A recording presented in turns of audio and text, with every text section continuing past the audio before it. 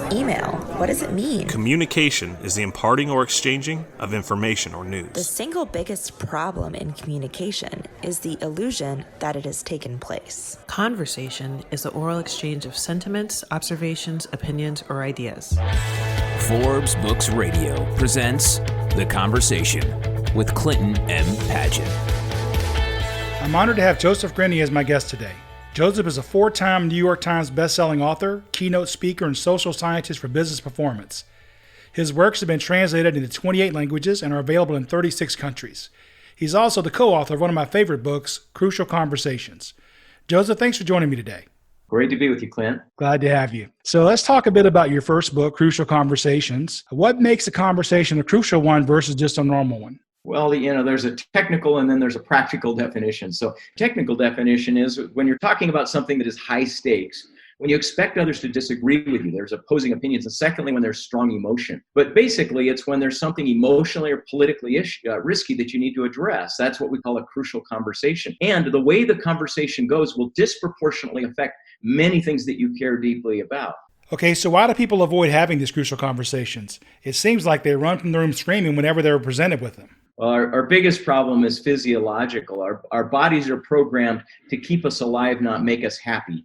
And so we tend to see these as survival threat moments. That's how we feel about them. So if the boss says, I want to give you some feedback, we start to panic inside and we feel like we ought to run and hide. Now, we all know that that's not the most productive solution in that moment and we'll drag ourselves into it. But there are other moments where we can get away with procrastinating, putting off, not dealing with some of these difficult issues. And that one conversation is the gateway to either improvement or to things worsening. And so what we tend to do is respond to our physiology, this feeling of panic, this desire for safety. And there's most, we tend to do the worst thing we possibly could. We either fight or we hide. It feels like you look at diet and the role that diet plays and how it used to be feast or famine. I feel like this we need to evolve because it's causing us lots of problems on the dietary and the psychological front. We do. And fortunately, nature has endowed us with a prefrontal cortex. We have a brain that is capable. But the problem is that our entire life is defined by the conflict between the primal brain and the evolved brain. And we need to be conscious of our tendencies during these moments so that we can let the right part of the brain take charge and proactively put ourselves into circumstances so that we can address these moments. Now, the good news is that if you're willing to do that, there are skills you can learn that dramatically reduce the likelihood of defensiveness or conflict in those moments. And that's what the book tries to describe. So as someone that was raised to be polite, I was born and raised in South Carolina, and it's really against our raising to say anything negative or bad about somebody, unless, of course, you say, bless your heart, which for some reason in the South means I just insulted you, but now I'm okay because I said bless your heart. So I was intrigued by what you call the fool's choice that we learned to make at a very early age. So what exactly is that? The way I like to describe it is that deep in our brain is this fundamental belief, and we're not even conscious that we carry it, but sometime around age 3 or 4, we start to conclude that you frequently have to choose between telling the truth or keeping a friend. And that's the fool's choice, because really it's not a trade-off. We all know that if you don't deal with some of these uncomfortable issues, that we distance ourselves in relationships, that it becomes false, that we begin to feel inauthentic and they sense that and we start to drift from one another, or conflict tends to escalate over time. And so the profound offer that the book makes is finding a way to transcend that fool's choice, realizing that the only way to actually have deep and lasting friendships, to have influence in the workplace, to be able to connect deeply with those that you work with is not around the truth, it's through the truth. And so there is no trade-off between telling the truth and keeping a friend. But the problem is in these moments, we actually make that calculation. We say, is this one of those or is this one of the others? Is this a tell the truth or keep a friend moment? And when emotions run strong, when there are high stakes and when opinions differ, we tend to conclude, oh, this is a keep a friend moment, keep your head down. Yeah, I think the words I saw in the book were kindness versus candor, right? So to me, it's almost like having a wound and you need to fix it. You need to get some help on it, but you just ignore it, hoping it will go away. And sometimes it does go away, but a lot of times it sits there and festers, and the worse, the longer you leave it alone, the worse it actually gets. And eventually it becomes a life-threatening thing or a friendship-threatening thing in our case. Yeah, it does. And the problem is that the metaphor breaks down pretty quickly. So it is like a wound in the sense that you can ignore it or deal with it.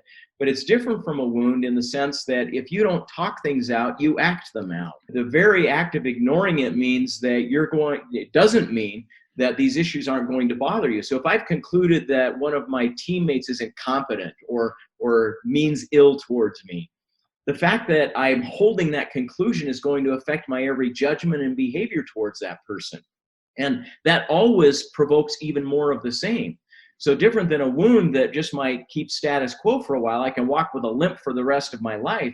This is one where I'm going to act on it in ways that even create the circumstance that I believed existed originally, even if it didn't. If you don't talk it out, you act it out. And that, I've noticed that as we were chatting before they officially started the podcast this morning, I mentioned I do a lot of project work, and we see that the way it kind of shows up is your teammates start to avoid you. They don't come to your meetings. They avoid you in the hallway. If you ask about something, answers are always very short and succinct, and it's really more surface and not really deep. And what we found is, and I'm sure that you've seen this in your studies, you said you've done a lot of research in project management, but what we find is, as a project manager, there's going to be bad things that happen in your world, right? You have a choice. Do I create an environment where people are willing to tell me this bad news? Or do I create an environment where I shoot the messenger? And it only hurts both parties if you do the former, or the latter. If you're going to shoot the messenger, then what ends up happening is I don't tell you the truth anymore, and now we're both going to fail in the long run. And I saw some of that in the book. Well, boy, you and I could have been co-authors on the book, Clint. And it sounds like we've walked the same road.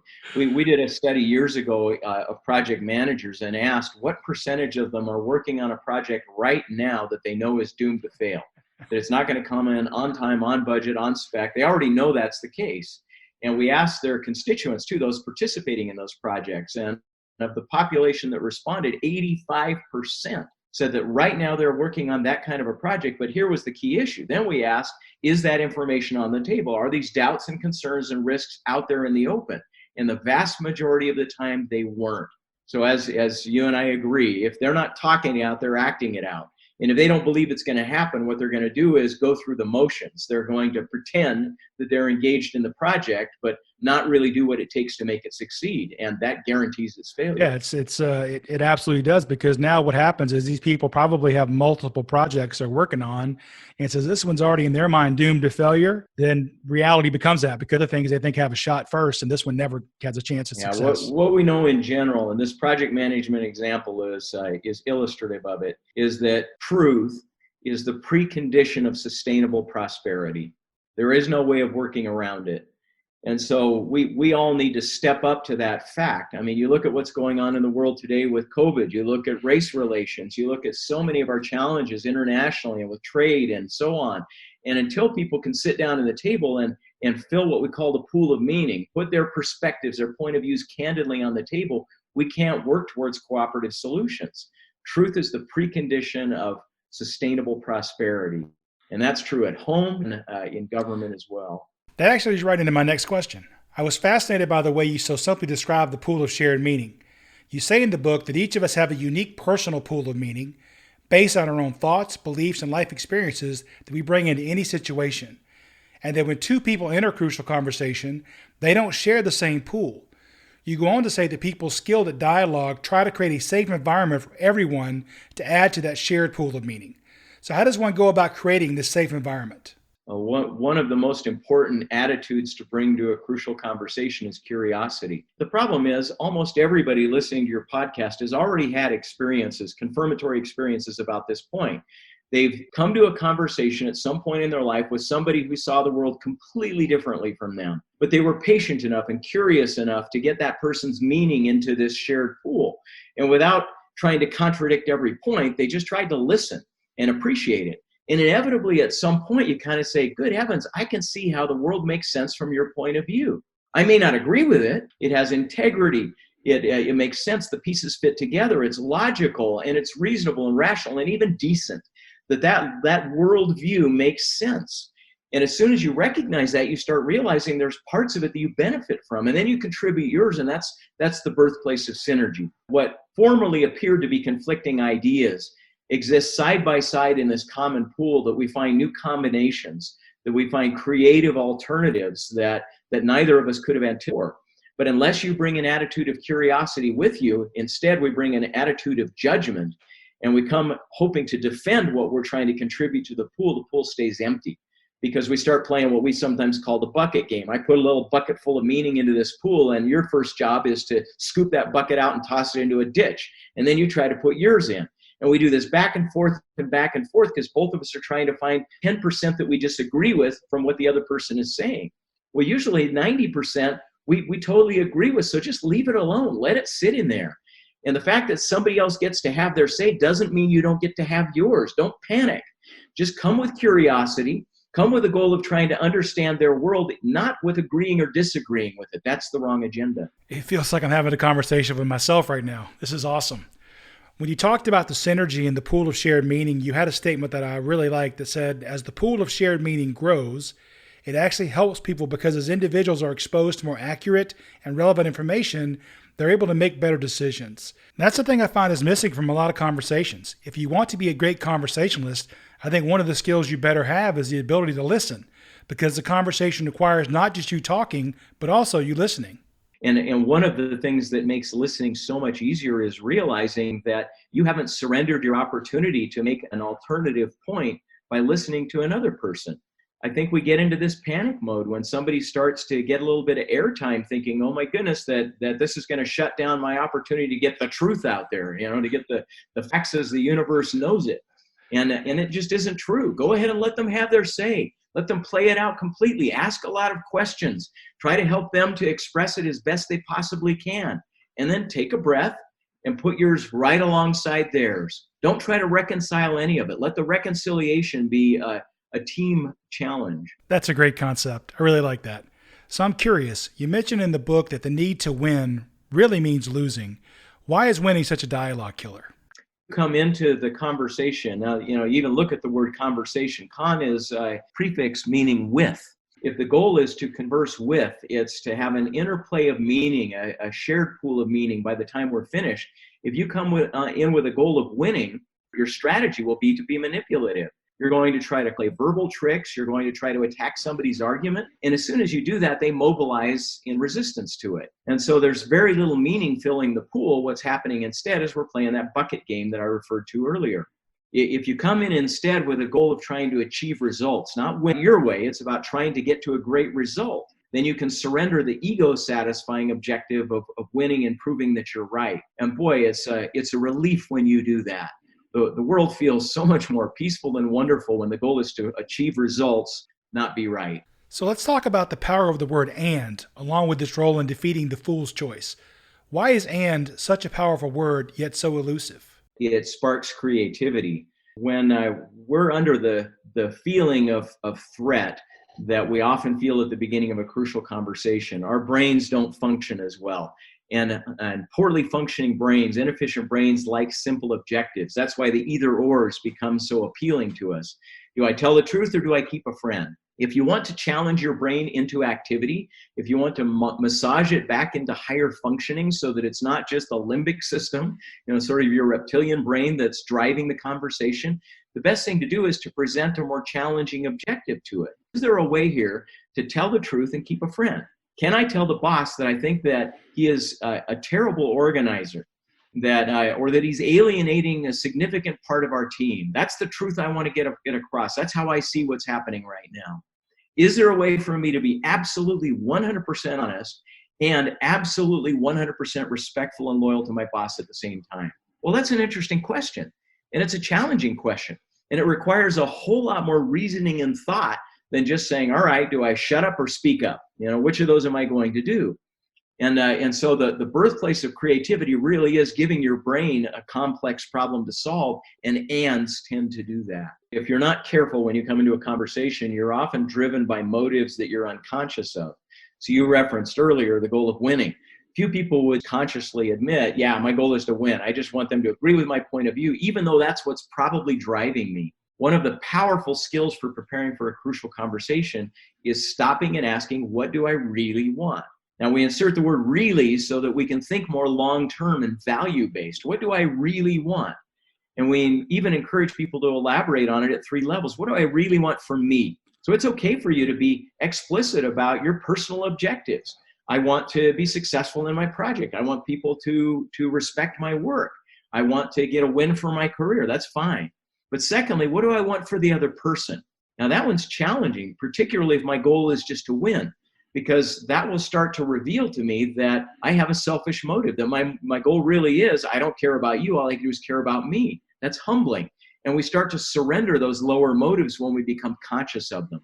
So what do I want for me? What do I want for you? What do I want for the relationship?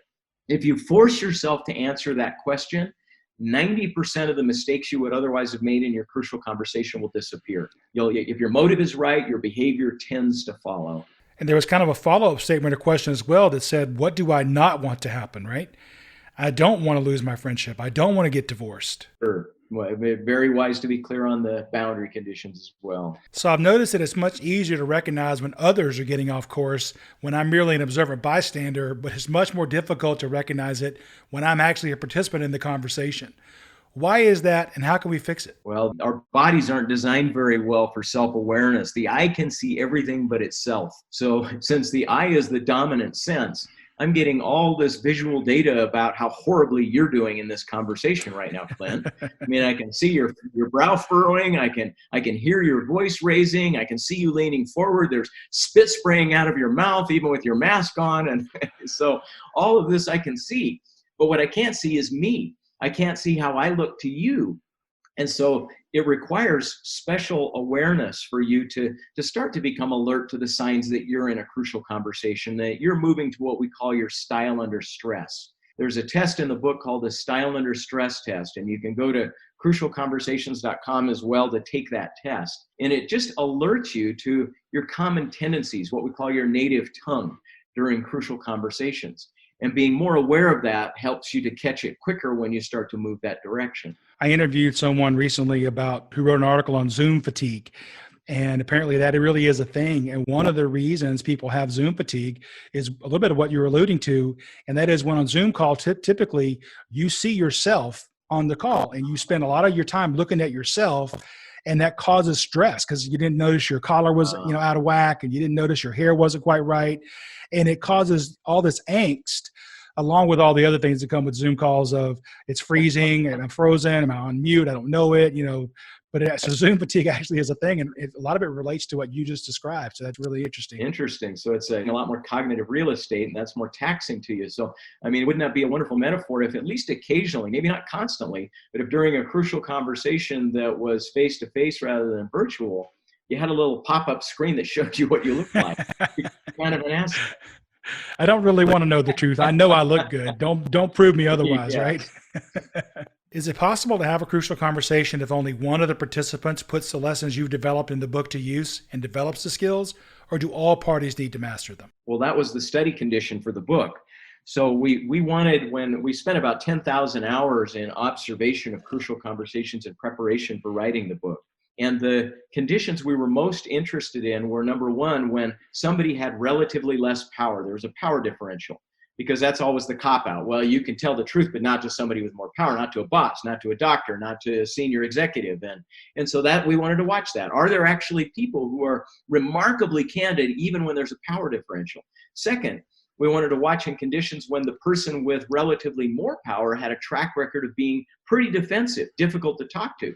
So we didn't want them to be a real princely character. We wanted them to be a curmudgeon.